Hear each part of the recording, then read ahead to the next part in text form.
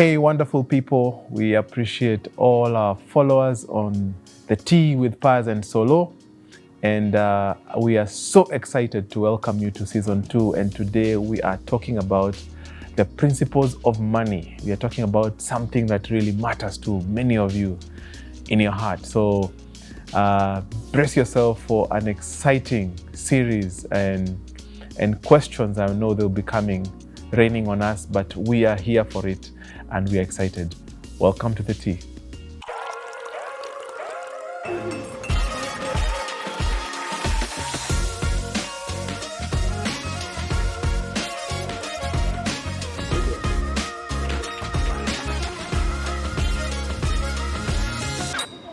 Good to see you all. Thank you for coming on time. We like to keep time because time is money and money buys land. There you go. Just for that, you get a free piece of land somewhere. Hi, everybody. Hi. Are you guys happy? Yes. You guys are looking lovely from where I'm seated here. And Solo and I are feeling the pressure. There is pressure. So let's keep rolling and have fun, eh? Thank you. Pius, take it away. You know, money is that's your area of expertise. Even me, I come to you for money. Both of us. So please kick us off on that conversation. The topic we were asked to address is how money works, which is money principles, how to make it, spend it, that's my favorite part, save it, and invest it. So you want to kick us off, please? Yeah, let me start it off. I'll start by making some observations. A lot of people, or majority of us, we chase money. And my observation is that the people who chase money, it tends to be very elusive to them. Has it ever struck you guys? But there are a few people who do things and money chases them. So the first thing that we need to address is really the mindset around money. Money follows value. So don't chase money. Work towards adding value. And I remember I was listening to Elon Musk some time ago, and he said something very profound. He said that money is a database, and is a database for exchange.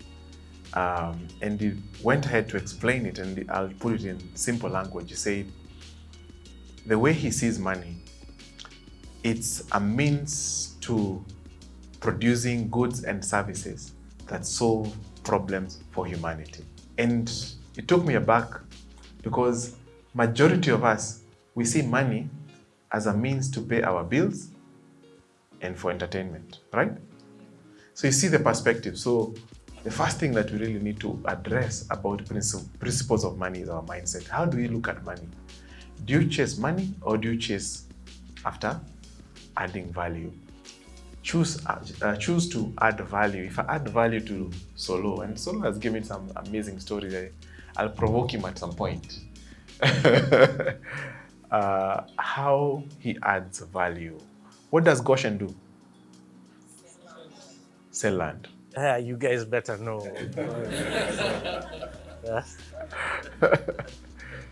So they sell land. But do you really sell land? What value do you really add? Is your value add selling land? No, the land is a means to something else. Yeah. Which is primarily trust.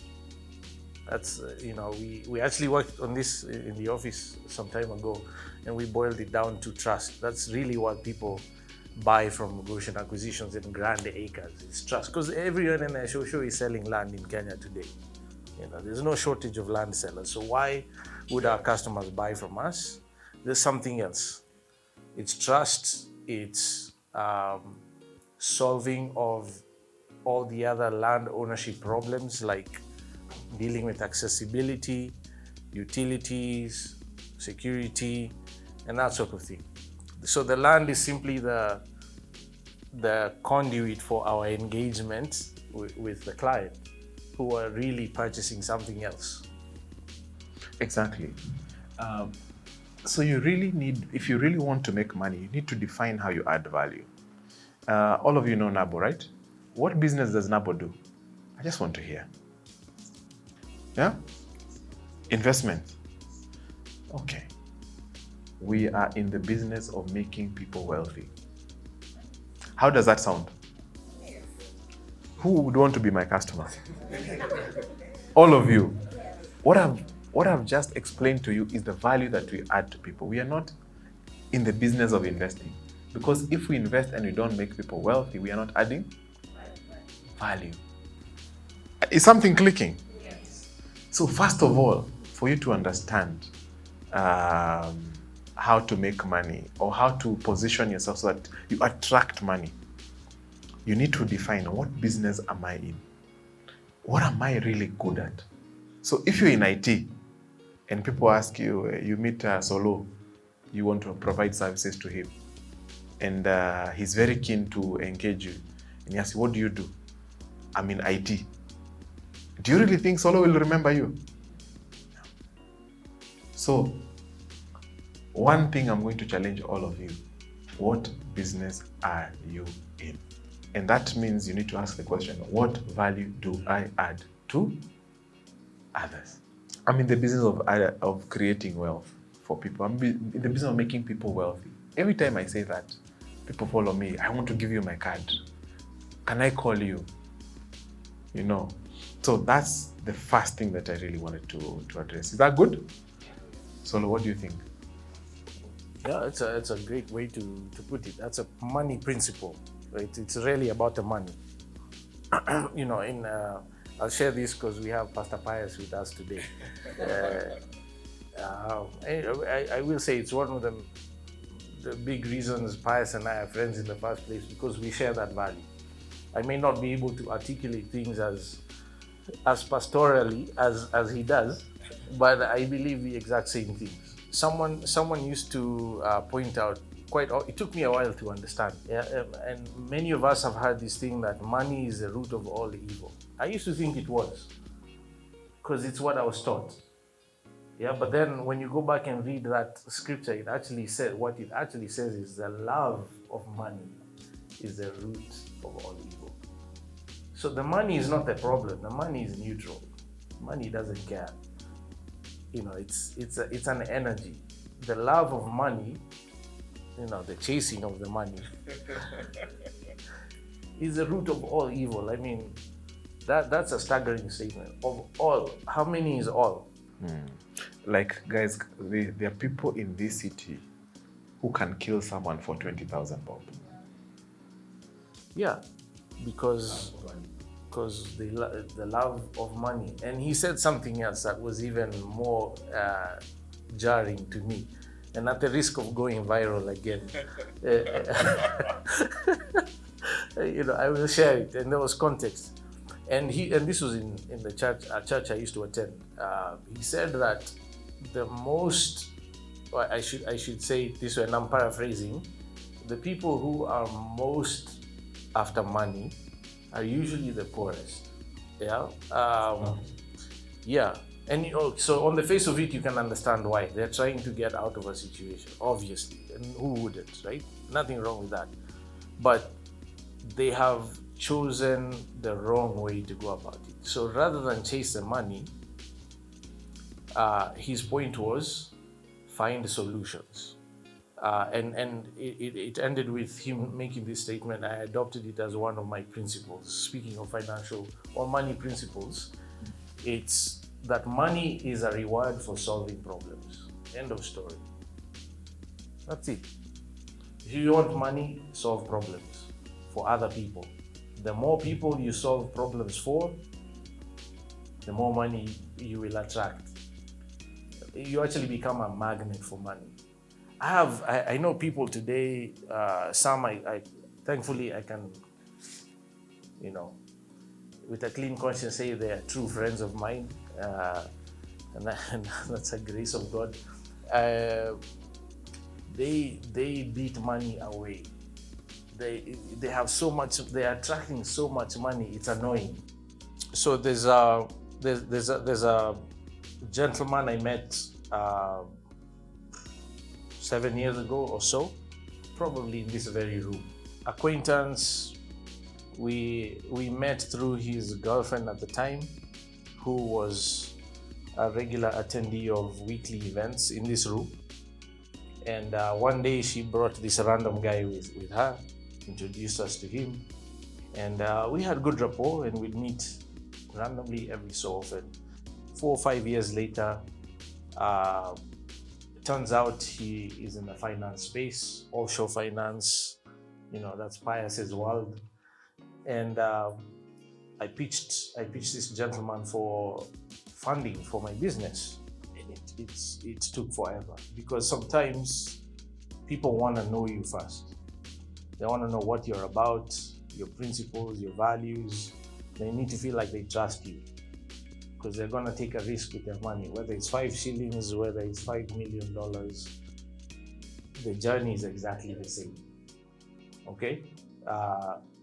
The only difference is sometimes it takes longer because of the quantum that is being risked, right? So if the larger the amount, the more they need to be comfortable, the more structure you need in place to remove trust. It's funny, you think that the bigger the amounts, the more trust you need. It's actually the opposite. The bigger the amounts, the less they want to rely on trust. There need to be structures that remove trust, so that decisions are made whether or not you are in agreement. But that's a lesson for another day. These are things I've been learning ever since I met this gentleman. So at any rate, about 4 years ago, 2.5 years ago, we had received a substantial amount of money over a number of years in investments for some of our projects. At that time, I think it was up to about $2.5 million collectively in small tranches over time. I was always trying to get, can we please have $5 million tranches at a time? Because, then that means we can really solve our problems in our industry at scale. Every business owner dreams of this. Those are pennies to Pius. Don't let him fool you. At any rate, he had trusted us enough over a period of 4 years that he had risked that kind of capital in a number of projects, which is a blessing. How many of you have raised $2.5 million? I have age mates I would ask the same question, and there might be 2 or 3 hands up. So it's not a function of age or any of that. Obviously, you guys have more experience to stack up, and I pray that you learn how to do that now. If I did at your age, oh my God, things would be different. Okay, I'm 45 years old today. I am just learning how to do this thing at the appropriate scale. Okay, so 4 years, it's taken, it's like a struggle. $50,000 here, $100,000 there, cumulatively $2.5 million. So another friend calls me and says, Solomon, I'm starting a new venture. I need capital desperately, urgently. I should say, not desperately, urgently, because there was a timing issue. He needed $2 million like now. And he calls me, and I laughed. I was like, dude, yeah, I'm also trying to raise money. So if you find someone, ask me to come with you, we ask together. And he says, yeah, well, I understand, just keep an eye out, please, take it seriously. And I really respected this gentleman. It was actually a privilege for me to receive a call from him in the first place. Yeah, that, first of all, amen to that prayer that you think I have $2 million to give you. You have thought well of me. Number 2, he has trusted me with sensitive information. All in all, it was a good thing, but you can imagine the pressure. You don't want to disappoint someone you respect and look up to and that sort of thing. So I told him, okay, I'm gonna think about it. I'll pray about it, and I did. I wrote down on a sheet of paper everyone I could think of to call. Pius was on that list, and After 2 days, I crossed names out because I knew what these people need to invest that kind of money, and there just wasn't enough time, right? So the profile of investor had to be very specific. Now, the only investor I knew who had that kind of access to capital was the guy I have been receiving $50,000, 200, like it's slow. This guy needs $2 million now. And yet he's the only one with access to that kind of capital that I know at that point. So what I did is I asked him for his pitch deck, and I sent it to my friend, the investor. And I said, listen, Buddy is doing this, check it out. I think it's a great idea. If I had money, I'd put it in, but he doesn't have time. And my friend says, fine, send me the thing. I send it to him. He looks it over. He calls me back and he says, yeah, I looked it over. I mean, it looks okay. I know nothing about that industry. I have never invested in that industry, so I don't even know what risks to look out for, right? I can't even make an assessment about whether or not I should put money in. And it's a lot of money he needs. They're like, yeah, I know. But let me have a chat with my committee and we'll see. So I figured he just didn't want to tell me no immediately. He wants to give me a slow letdown, so it doesn't hurt me too bad. A week later, he calls and he says, yeah, we discussed it. Listen, they said the same thing. We've never taken an exposure in this sort of business, but if you think it's a good idea and you can vouch for that guy's character, tell him it's a yes. Dude, I've been trying to get $2 million from you for... You're saying yes to a guy you've never even met. I've sent you a pitch deck, and you're saying, at my word, you will give him the money. And it happened. Wow. Amazing. Yeah. What was the lesson there for me? Number one, that this is personal to me, that a lot of times, and this is probably true for most of you, you just haven't considered it. A lot of times, anything good in your life was brought into your life not for you. It's for someone else. You're just the conduit. That's how God works, I have found in my life. I don't know about you, Pius, but everything God desires to do in our lives, He does through other people. There's always human beings involved. That's just the way He decided it's gonna work. Okay, so the sooner we get comfortable, I know we'd rather say, God, me, I don't want to go talk to that guy. Just send your angels. See, you fed Elijah with the angels. You sent the angels to give Elijah bread and meat. You just send the angels with my tools, you know? That's not how God prefers to work. He prefers to work through other human beings. So a lot of times, strategic relationships, blessings, resources, abilities, even your own talents were not given to you for you. The reason you have a talent or a gift or ability is to serve others.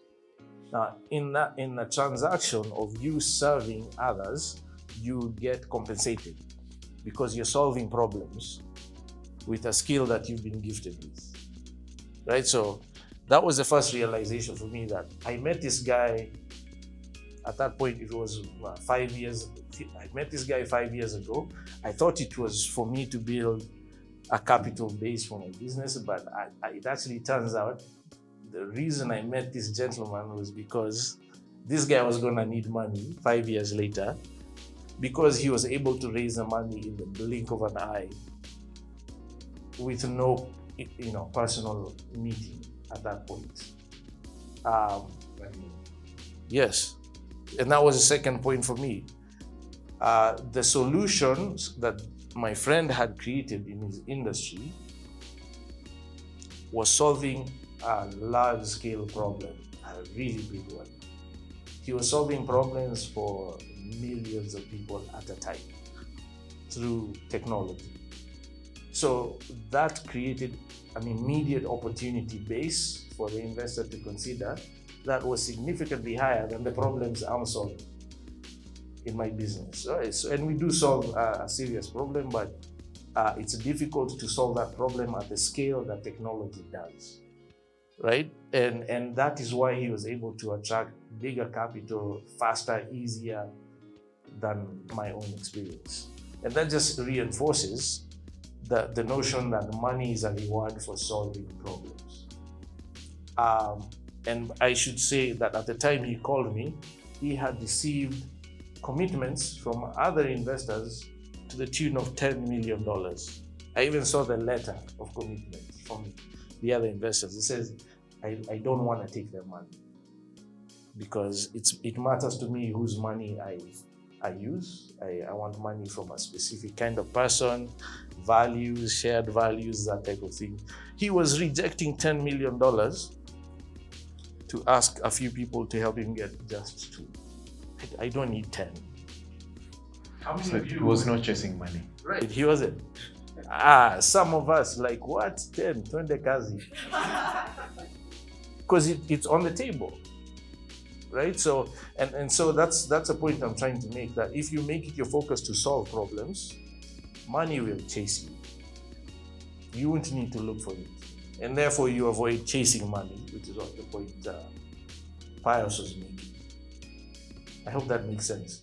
It does. And I think what is very consistent, we're here to talk about principles of money. There must be a problem that you're solving. How do you solve a problem? By adding value. Thank you so much for watching and tuning in and being part of this conversation. You have been watching The Tea with Pius and Solomon. See you next time.